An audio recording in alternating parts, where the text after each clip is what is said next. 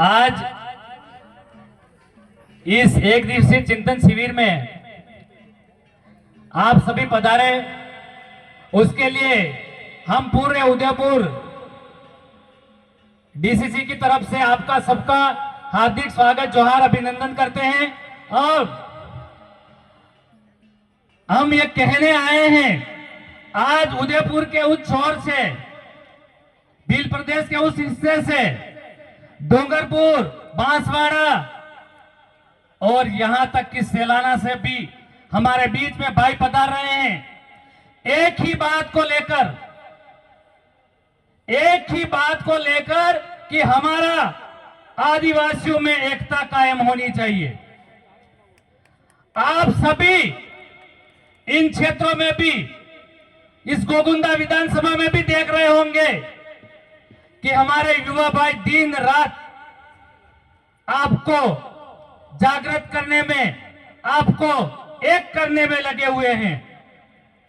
मैं यहां पर बैठे हुए और जहां हमारी आवाज जाती है, उन सब से कहना चाहता हूं कि आपके ये युवा भाई तो जाग गए हैं। आपके ये युवा भाई दिन रात मेहनत कर रहे हैं, पर हमारे समाज में 4 वर्ग हम जानते हैं। पहला वर्ग जिसको हम सबसे बड़ा सम्मान देते हैं, वो होता है मातृशक्ति, महिला शक्ति। अब यहां पर मैं बैठी हुई माताएं बहनों से आपसे कहना चाहता हूं, और आज आप कान में डाल के जाइए हमारी बातों को, कि आपके जो ये युवा भाई लगे हुए हैं, आपके किसी का बेटा लगा हुआ है, आपके किसी का भाई लगा हुआ है इस काम में, आपके किसी का पोता लगा हुआ है, तो किसी के पतिदेव लगे हुए हैं। आप सभी माताएं बहनें इतना स्थान लीजिए कि हम अगर घर से निकलकर इनके साथ कंधा से कंधा नहीं मिला पाए तो कोई बात नहीं, पर इनका हौसला जरूर बढ़ाएंगे, इनका साथ जरूर देंगे। ये मैं माताएं बहनों से कहना चाहता हूं। आप ये काम करेंगे कि नहीं करेंगे? माताएं बहनें, आप इस काम को आप सहयोग देंगे या नहीं देंगे? आप अपने भाइयों का सपोर्ट करेंगे? आप अगर जाग गए, अगर समाज का पहला वर्ग माताएं बहनें अगर जाग गई, तो समझ लेना एक पीढ़ी पूरी जाग गई। आज तक हमारे समाज में यही होता आया है कि माताएं बहनों को केवल घर की चौकी तक ही सीमित रखा है, पर आदिवासी समुदाय की संस्कृति, आदिवासी समुदाय की परंपराएं ये कतई नहीं कहती है कि माताएं बहनें घर तक है। हम तो हमारे सबने नाम दिया धर्म पत्नी, और आदिवासी हूं के पतो है जोड़ात के जोड़ातुस के आपने ते जोड़ात ते बराबर जोड़ी नहाते हिंडे नहीं। तो आज से आप यहाँ पे माताएं बहनें जो बैठी है, आप कम से कम अपनी 5 बहनों को भी यह समझा देंगे कि हमें आज भील प्रदेश के कारवे में जो हमारे युवा भाई लगे हुए हैं, इनके साथ हमको भी चलना है। तो देखना, इस गोगुंदा विधानसभा ही नहीं, पूरे भील प्रदेश में एक क्रांति बहुत ही जल्दी आएगी।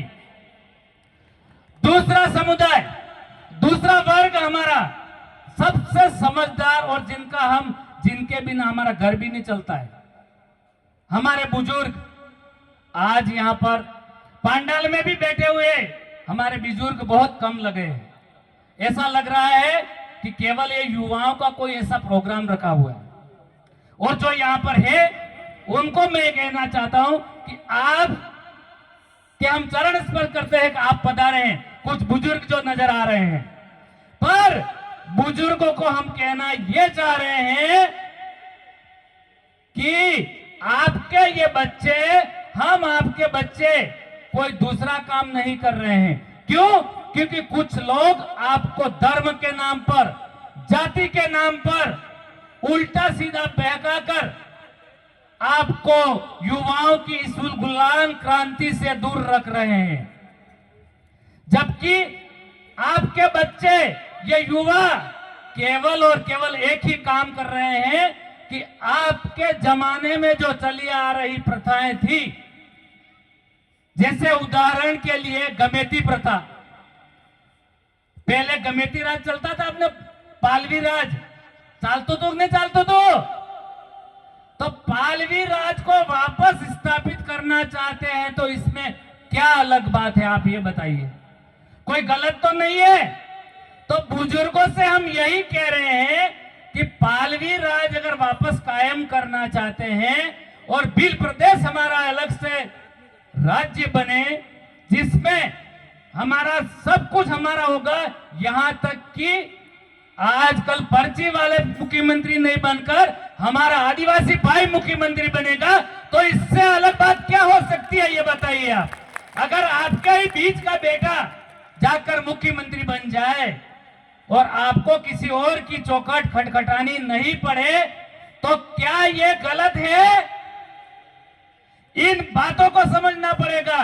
ये लोग आपको केवल और धर्म के नाम पर, जाति के नाम पर और पूजा पाठ के नाम पर भड़का रहे हैं।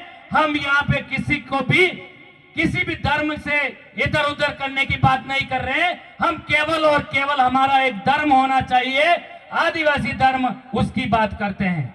हमारे बाप दादाओं के जमाने की जो पूजा पद्धति थी वही वापस कायम हो, ये बात करते हैं।